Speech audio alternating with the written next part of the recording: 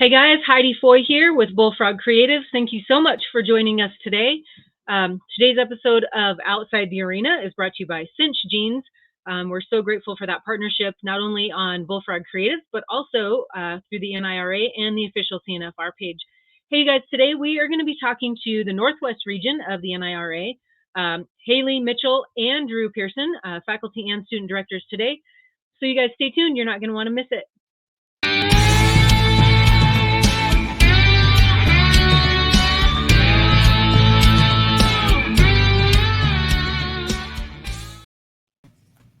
Hey guys, welcome back. Thank you so much for joining us. I'm going to, y'all make sure if you have any questions as we're going through this or you have any comments, please post them in the comments because I'm sure that Drew and Haley would like to answer all of your questions. We'll put them on the spot. I've already warned them about the weird coughing that I have as of lately. So if you see me drop out, they have already acknowledged that they will be taking over the show and we're going to be renaming it the Drew and Haley Show. Right? Yeah. Yeah. Look at no hesitation at all. So Drew, why don't you go first? Tell me a little bit about what your role is in the Northwest region. The role as the faculty director is helping the other coaches. Our region's a little different than every other region. A lot of the regions host 10 rodeos. We host 5 out here in the Northwest. And since the pandemic, we've had some schools fall off that used to host rodeos. So we are actually hosting 2 regional rodeos that are double headers that me, myself, and the other coaches and students get to put on, and they're paid for through the region. So it's a little different than the other ones. So there's a lot going on and a lot on myself and the other coaches' plates out here. Yeah, for sure. So we've had, let's see, I can't remember who, we talked to the Ozark region and JD Van Hooser on Wednesday. Talk to me a little bit about the numbers and membership that you guys see in the Northwest region. We're the smallest region there is. I know when I came aboard in 16, 17, they were talking about doing away with the Northwest region, and our numbers actually started growing 17, 18, and 18, 19. And we were at about 147, 152 students. So we'd went up from about 98 to that. And then the pandemic hit, and then it hurt the Northwest. But we have small numbers, but we're still pretty mighty. Yes, for sure. So what are you guys up to now, about 140? Or have you recovered fully after 2020? We haven't. We actually have we had a school that was part of our Northwest region that they have since bowed clear out, and they were 30 kids. So I think at the upper end this year, we were at 113. Man, so, I mean, I hate to see that those lower numbers, but what do you do? I mean, what can we do to help get those kids in that region? I mean, they're going to school there clearly. You know, and it's funny, Heidi, because we have a lot of kids that, due to the pandemic, they left the Northwest. A lot of rodeo talent left the Northwest because they were afraid that we weren't going to be able to host college rodeos. So them 2 years really kind of hurt us out here. It's always a building program. You know, you're trying to build these programs and establish them. I've actually been in contact with a couple community colleges in Central Oregon this spring that want to come on board in the fall. So I'm going to work with them throughout the summer. And even if there's 15, 20 kids there, that's a big boost to our Northwest region. So it's just with me and the coaches trying to continue to keep our athletes here in the Northwest, and, you know, hopefully be able to keep them at home has been the biggest sell. Yeah, for sure. So I was just looking, I'm kind of multitasking here, but I'm looking on the website. I see Blue Mountain Community College, Central Washington University, Treasure Valley Community College, University of Idaho, and Walla Walla Community College. So certainly we know there's more schools up there in that area. Hopefully we can, you know, they'll see the benefit of bringing those rodeo programs back. Yeah, so out here in the Northwest, we rodeo with about 11 to 12 colleges and universities make up the Northwest region. But, you know, there's the 5 or 6 of us that are actually team team colleges or universities, everybody else is independent. So, Gotcha. We'll get them independent students from, we've got a young lady that will be competing at the CNFR from the University of Washington. So, we get a few here and there, but they're not a lot of numbers. Well, and that's hard too. I mean, as an independent, you're not getting that support, not just from the school, but you're not getting financial support. You're not getting travel money, gas money, anything like that. So, I mean, that really puts a bigger burden, I would say, on the student athletes too. Yeah, on the student athletes and the parents. I mean, I field a lot of emails weekly with Northwest student parents, regarding, I've had quite a few regarding the CNFR, because we've got a lot of first timers from the Northwest that are independent students that are making it. So I've fielded a lot of questions this year. So, Haley, I guess what's your take on this? I mean, how do you build a region? What year are you for your student director position?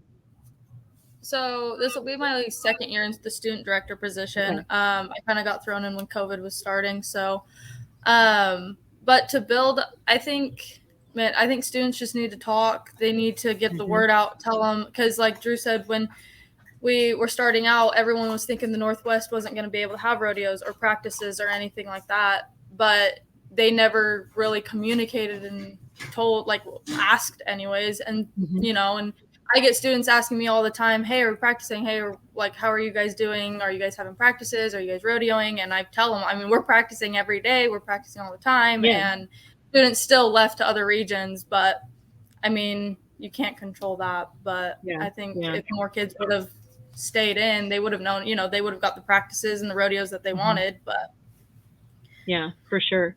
So is the 5 rodeo thing, has that been how the Northwest has always operated, or is that just a recovery off of 2020? So that's kind of how the Northwest has always operated since I've came on board.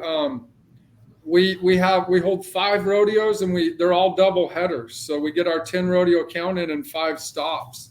In a way, it's nice, but then it's also tough because we usually only have 1 fall rodeo. So if you have a really good fall, you have to wait clear till winter. And we used to have 1 rodeo in the winter, which was Walla Walla. Well, since the pandemic, they've actually moved to the spring. So we have 1 winter rodeo, then everything else carries over to the spring. So these kids sit idle. And anybody that knows trying to keep an 18 to 20-year-old busy and functioning during the winter, it's tough, especially when we don't have a rodeo for them to go to. Keep them on track. Yeah. For sure. I can see that. Well, you know what? I think one of the good things that I see in the future of college rodeo is that there's a lot more use of social media. We're live streaming on the NIRA page, on the official CNFR page, and then also on Bullfrog Creative. So I think that getting the word out as far as what your region looks like and how it's run, who's operating in it, that's going to be a little bit easier for you guys to communicate at this point. Hopefully we can start some recruitment. So how does recruitment go? I mean, how do you guys see, Haley, you might not have a big role in recruitment. Well, you do. You probably do more than you think you do. But, how does recruitment look for you coming up, for the next couple of years? So I'm constantly recruiting as a coach. I'm one of the few coaches in the Northwest that I spend my spring going to Oregon, Washington, Idaho, Nevada. I travel to high school rodeos, and I'm constantly talking to students. I've signed five new incoming students this year already, and it's a never-ending process. I mean, all summer long, I judge a lot of amateur rodeos out here in the Northwest, and I'm constantly recruiting kids to come to college or just stay in the Northwest. If you don't want to come to college for me, please stay in the Northwest, and let's keep building the Northwest in college rodeo. Yeah, for sure. I mean, how's the amateur? Are the amateur rodeos pretty strong there? They have been really strong, yeah. So even during the pandemic, our little Idaho Cowboys Association, they were one of the few associations that kept going. So their numbers were just off the charts compared to what they had been. So the amateur rodeo across here has been really good. I'm not sure what this year's going to bring with $5.60 diesel, but I don't think any of us do. Yeah, that is true. That is true. Well, thank you guys for that information. That's very helpful and good knowledge. I mean, I think one thing that I've learned by doing all these interviews with each region is I think I just assumed that every region operated the same, and it's not. They don't. I mean, I think every region is almost its own entity, and they get to operate however works for them. So that's been a really good learning experience for me, as I'm sure many of the viewers. So Yeah. why don't we talk about who's going to be in Casper? So go ahead and take off with the men's team standings. So we're going to have some pretty strong contenders from the Northwest, in my opinion. My men's team here at Treasure Valley ended up first in the region. We're fairly young. I mean, we're bringing in a couple bareback riders. It's both of them's first time ever going to the finals, but I think they're both consistent enough and they ride decent enough. I think they'll be there to at least show. I think, and I mean, Blue Mountain's got strength. Blue Mountain's past national champions. They've won titles back there. That's one thing that I'll give the Northwest credit in is we have our fair share of titles that have came back home to the Northwest in college rodeo, which is great. And on the women's side, the Blue Mountain team is going to be really good. There's no doubt in my mind they've got a pretty stacked team going out there, and I think they'll show really well. And I think our girls could have a really good week in Casper also. We've got a couple girls that are transfers from other regions that grew up in the Northwest and came back to the Northwest that will be out there. And I think they'll both vie for some chances at some titles. Haley, what do you think? I mean, who are you in your mind? You know your competitors and the athletes that you rodeo with. Who in your mind are you really excited to see kind of perform in Casper? And why don't you tell us what you're going to be competing in too? Oh, that's hard. I want to see everyone. I'm excited to see everyone we're taking this year. I'm really excited. I'm really excited to see how they'll compete. I think all the girls and guys that are going, they deserve it. I mean, they worked hard all season, and some came back. I mean, some, came back that I didn't expect, but they did. But I think they all competed very well. I am going in, so I got points in the team roping, so we'll see, but we'll see how that one goes. But no, I'm excited to see everyone. I'm really excited to see. I don't really I'm not going to say anyone that I'm, mainly excited about. I'm excited to see all of them. I'm really excited. Yeah, that is kind of a trick question, I feel like. That is. So, are you just competing in the team roping? Yeah. Well, listen, that'll be fun. I mean, I think women get a lot of love when they qualify for the CNFR in the team roping in Casper. Yeah, well, I don't know. We have a young horse, so I don't know what we're going to end up doing. Well, okay, so then it'll be a good experience. Yeah. All right, men's all around. That's a toss up. I mean, that was a dog fight. That was a dog fight. Your top four contenders in that are all very close. Very great athletes. They compete in multiple events. And the number 3 and number 4 are just as good as the top two. It was just one of them deals where it was luck of the draw on a few steers and some runs. Yeah, I don't know. It'll be a good show. All right. Scrolling down. Women's all around. Haley, do you want to talk about our women's all around top two? Yeah. They both, the top two, I think, kind of not, the top one didn't, I was pretty shocked to see that. Jace Blake going to third was, she was holding her spot for a while and then got some luck to hit third. But I think the all-around girls that we're taking are a good group of girls. I think I mean, it was a dogfight also. They kind of competed back and forth, but I think they competed well, and I'm excited to see all three of them compete in the Casper. Very cool. All right, saddle bronc riding. Young. My two boys that are first on the list, they rodeo for me here.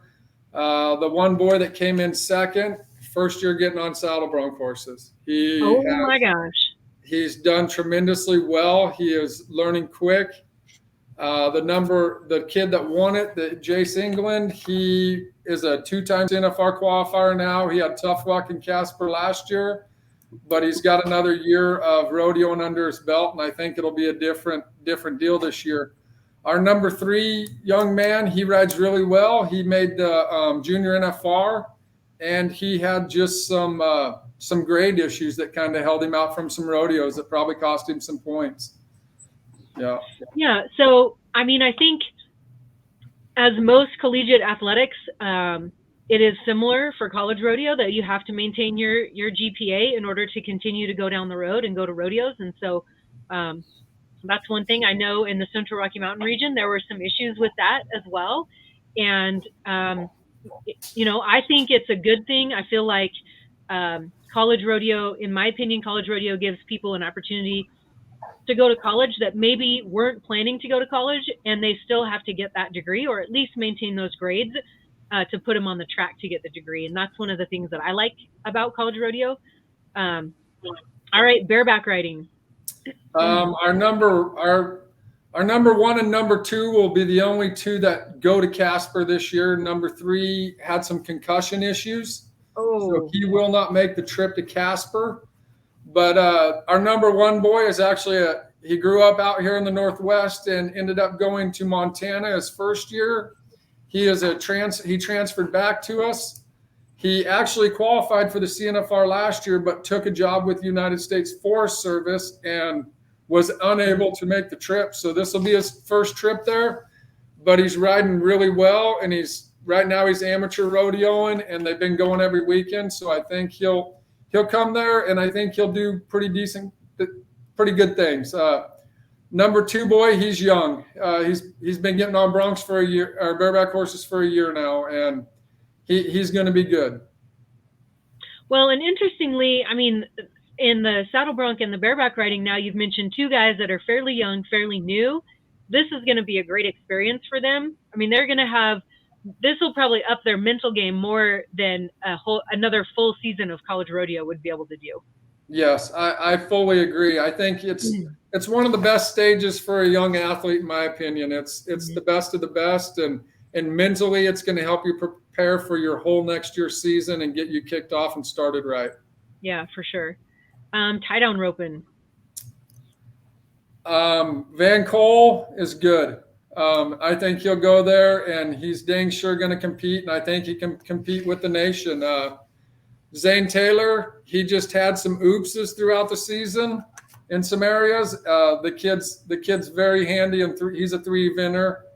Mundell ropes calves really good, and he's a dang good bulldogger also. So I think we'll be good there too. Perfect. I'll keep scrolling here. Steer wrestling.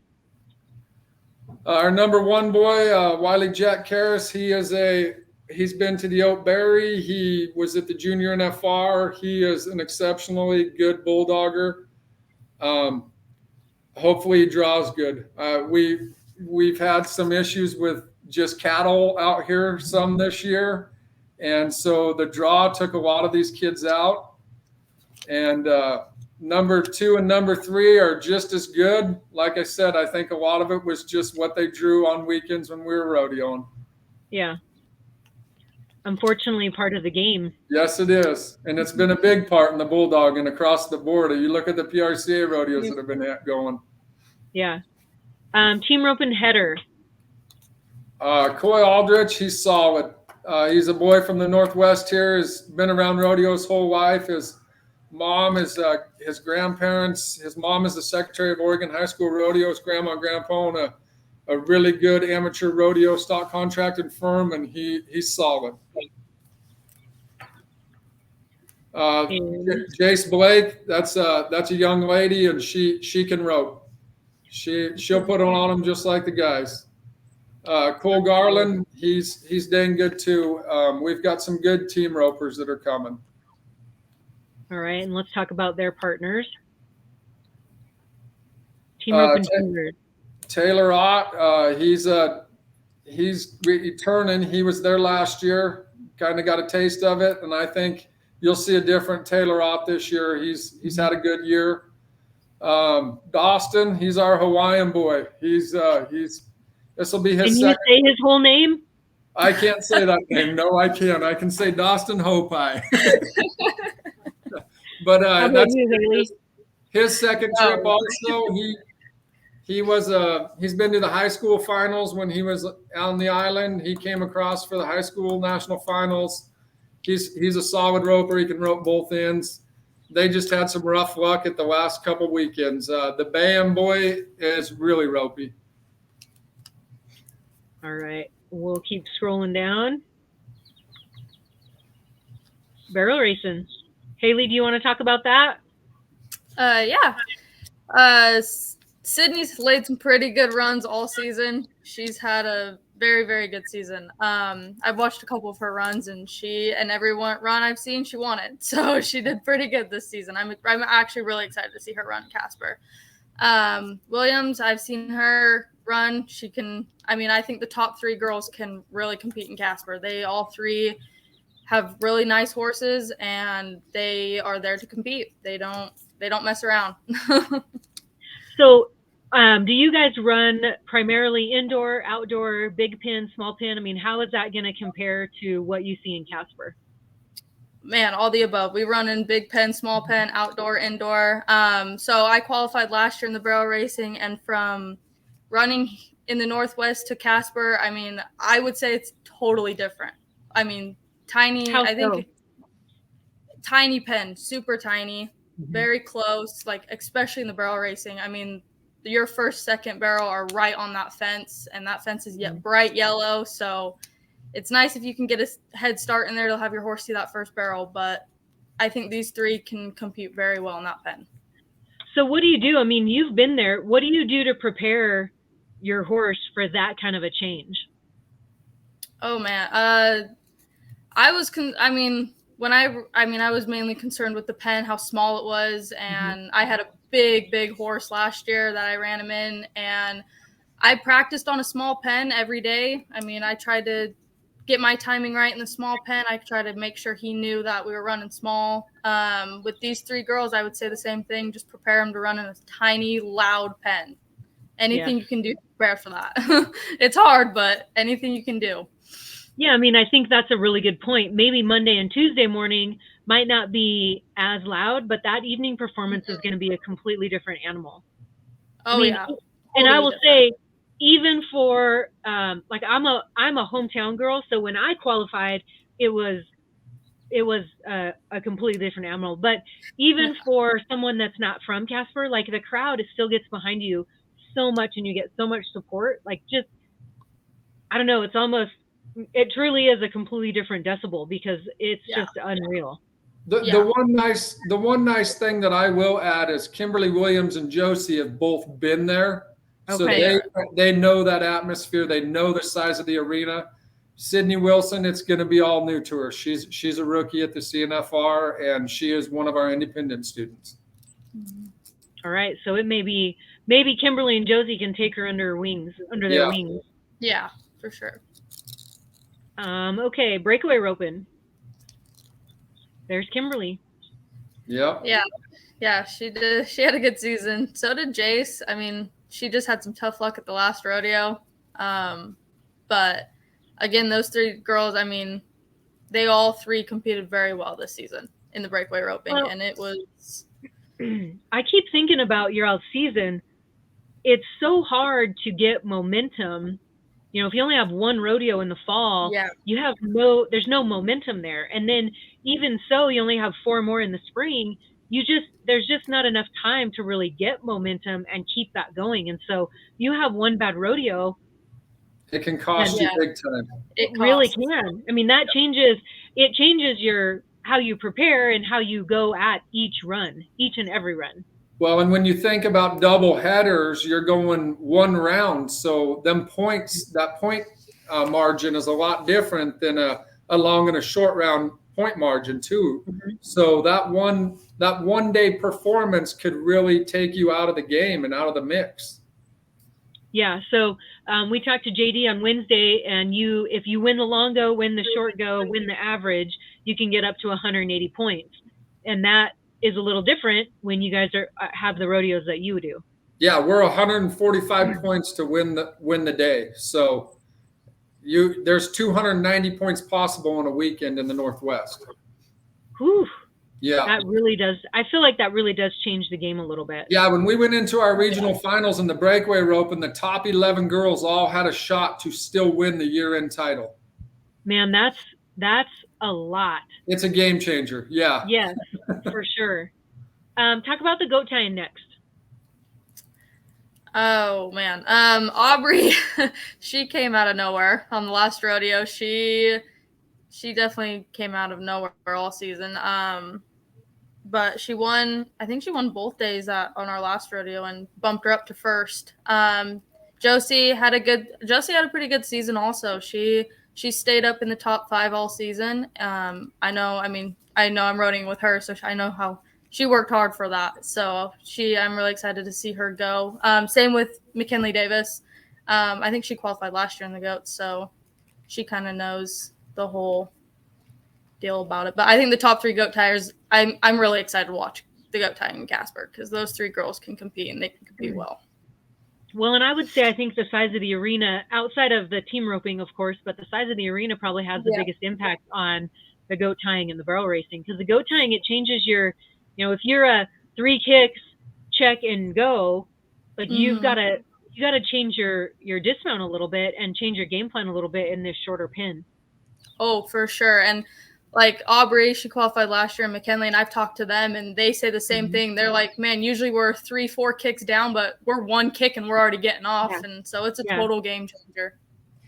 And I would say too, when I qualified in the goat tie-in Monday, Tuesday, by Tuesday, my horse was already starting to go right.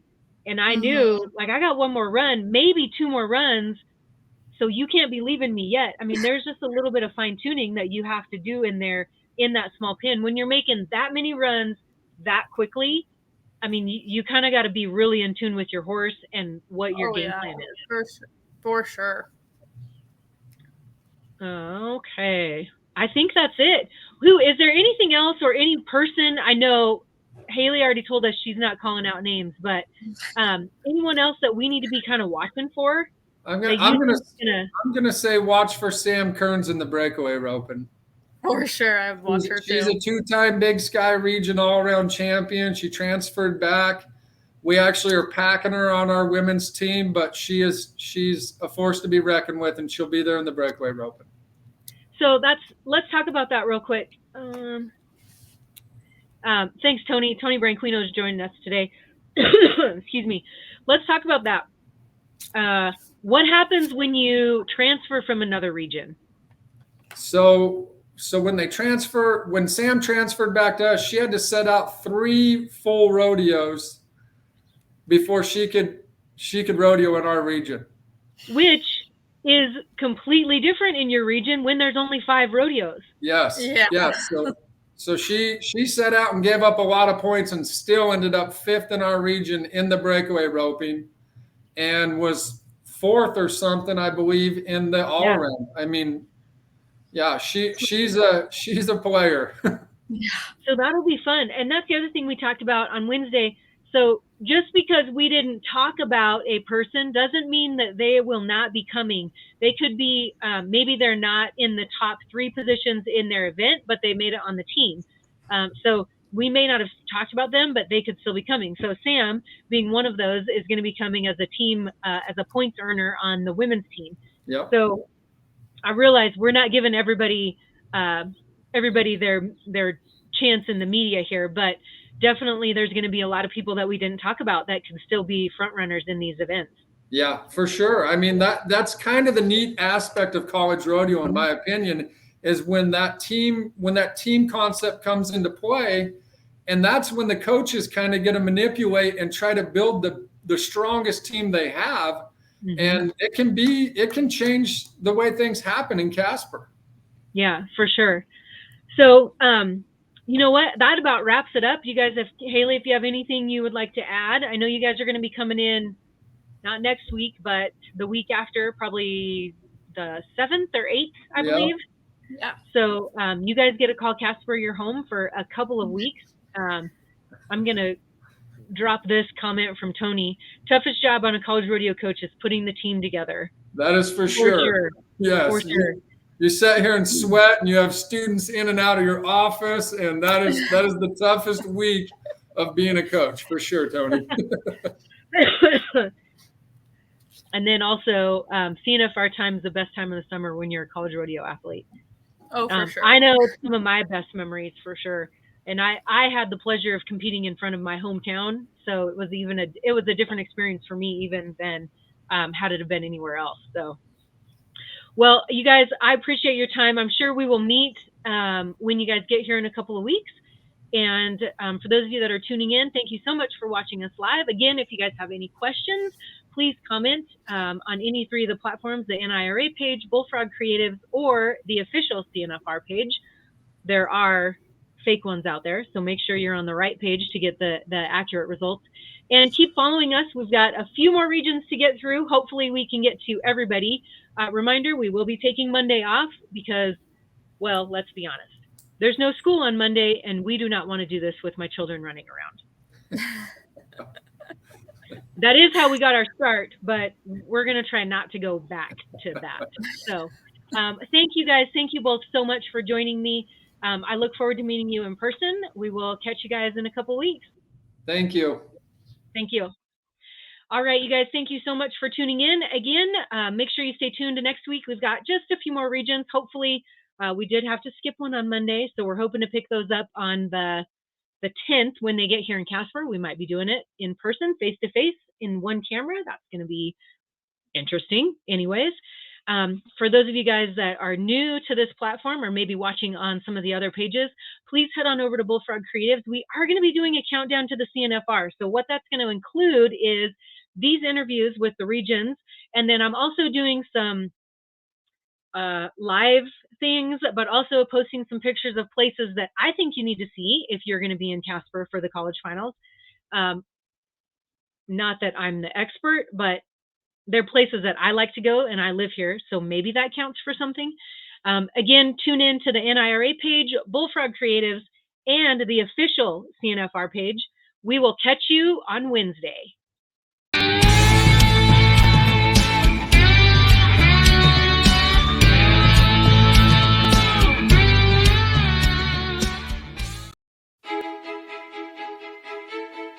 Perfection almost looks easy.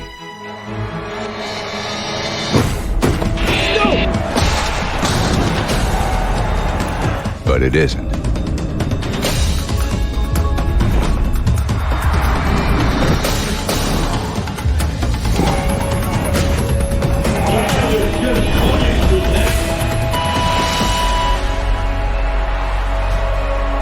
Here's to those who go the distance.